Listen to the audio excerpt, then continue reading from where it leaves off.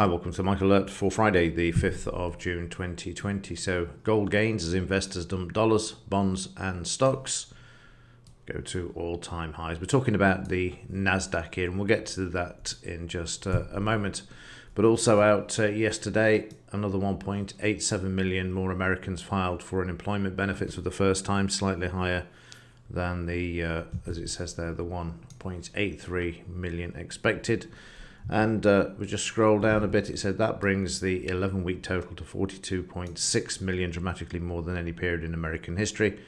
However, the chart above shows the second derivative has turned the corner, even though the 1.877 million rise this last week is still higher than any other week in history outside of the pandemic.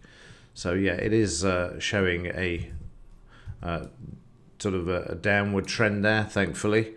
But yeah, it's still massive compared to any other time, as you can see, prior to this.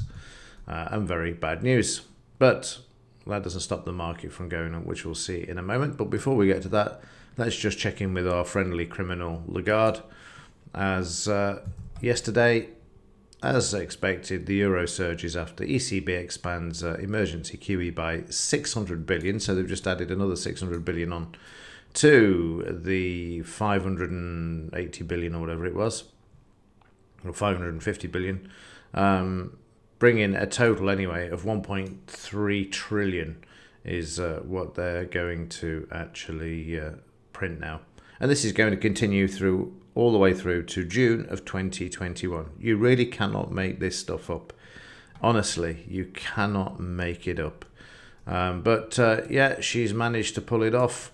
Smiling there, but then she's pretty good at creating money out of thin air and also paying people money that she shouldn't pay. So yeah, staggering, absolutely staggering. So let's have a look, see what happened yesterday. We'll start off with the NASDAQ actually. I'm not going to keep the NASDAQ in the market alert. Let me just turn off the crosshairs there because it's not one that I generally follow, but this is what the headline is alluding to, that the market's back at all-time highs. It's the NASDAQ. This is where the money's gone into the FANG stocks, Facebook, Amazon, Netflix, Google, etc. And you can see from the low, the market has piled on the money, V-shaped correction. This is what they're talking about with the economy, which they're not going to get.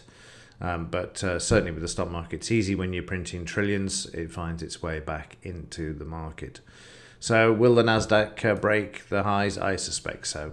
There's no reason why it shouldn't at this point. But will it hold is another question going forward. That's the key.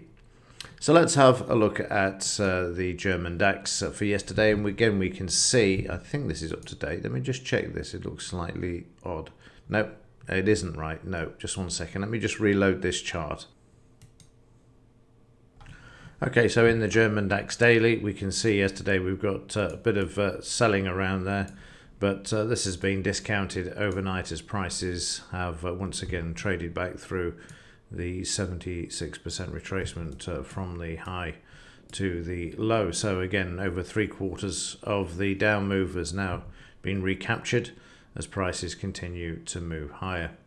So yesterday's session in the 5-minute chart, this is sort of the pre-market 7 till 8 a.m.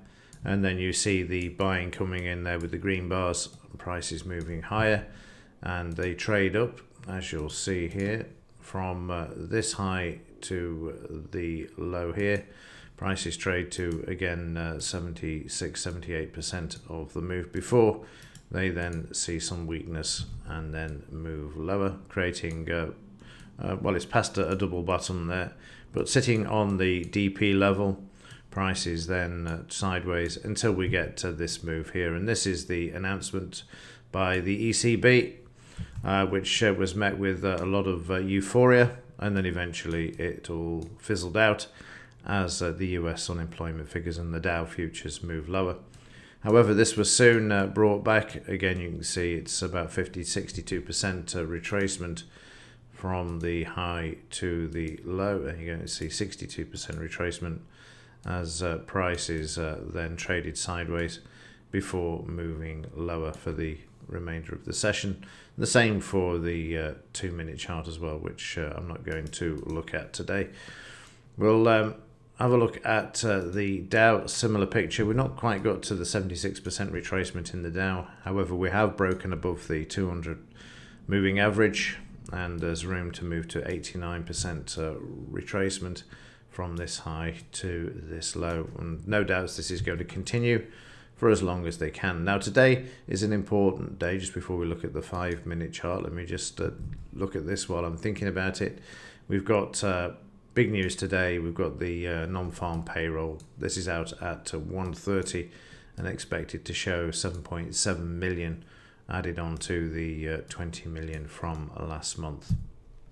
So it will be interesting to see what these figures are and how the market reacts. No doubt it will be discounted, and then prices moved higher. So yesterday afternoon, the market had recovered from the news. This is where the Dow sold off. Let me just drag this over a bit so you can see. This is the ECB announcement in the Dow. See the selling coming in, the market comes back to the DP level. You get this cluster of volume, and then again it's business as usual, bring the market back up. But then the selling came into the market, as you can see here later on. An attempt in the evening to move prices higher were met by selling there. You can see the selling, and then it was a shakeout back to the DP level, where we see the buying coming back in at this point. However, as I said, this is all being discounted now as prices continue to move to the upside. Huge bar there, 50 points already in that one bar in the pre-market session, which you would never see this time last year. It would be very, very tiny, and it barely trade a range of 50 points throughout the whole of the overnight and morning session in the UK before the market opened at 2:30 for the cash market. It's amazing how this volatility still remains here, and this is a big bar. I don't know what the reason is, as it's only 10 minutes to 7 as I actually record this. So yeah, we'll see what happens at 1:30, but the market at the moment remains on the long side, and the implied volatility, which I will just grab for you, also is indicating this at the moment as we drop down to 23.11, 23.11, which is bringing us down to the levels we haven't seen for some time. The lower this goes, the bigger the next leg down will be in prices as well. So, and of course, the higher it falls, and the reality that the furlough scheme has only delayed the inevitable, that most restaurants are not going to reopen, and the potential for a second spike will eventually see this fall like a house of cards. Okay, that's it for this one. If there is anything to report, I'll let you know, but otherwise, as ever, thanks for watching. See you in the next one.